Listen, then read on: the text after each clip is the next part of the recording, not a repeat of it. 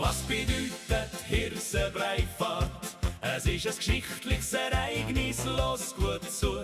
Im Jahr 1456 haben Zürcher von denen sagt, man ja sowieso, sie haben eine grosse Schnüre. Straßburger Männer, Wettschüsse mitgemacht, dort haben sie behauptet, dass sie in einem Kriegsfall ohne Problem der Verbündeten Straßburger ganz schnell zu Hilfe könnten kommen. Und als Piwis haben sie mit denen gewettet, dass sie einen Topf voller Hirsenbrei von Zürich auf Straßburg fahren würden und die Speise noch warm.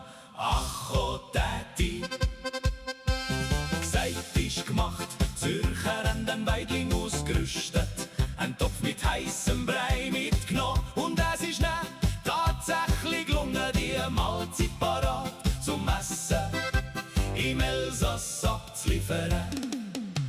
Die Fahrt hat man 1576 nochmal gemacht. Straßburg gibt sogar einen öffentlichen Brunnen bis heute, wo an die legendäre Fahrt erinnert. Es ist übrigens der älteste Brunnen in dieser Stadt, der noch funktioniert. Nach dem Zweiten Weltkrieg 1946 hätten wir bestimmt die Fahrt alle 10 Jahre zu wiederholen. Jedes Mal, wenn die Boote angekommen sind und Elsässer den Hirsenbrei bekommen haben, gibt's ein Volksfest mit Schusswettbewerb und Schifferstechen.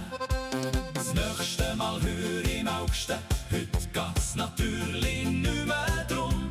Der Verbündeten Militär ist zu Hilfe gekommen, das würde auch nicht mehr funktionieren. Wahrscheinlich würde man Straßburg die alemannischen Kommandi nicht mehr verstehen.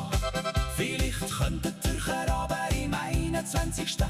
Jahrhundert eine friedliche Variante anbieten, zum Beispiel in Form von einer kulturellen Hilfe wie einer Städtepartnerschaft.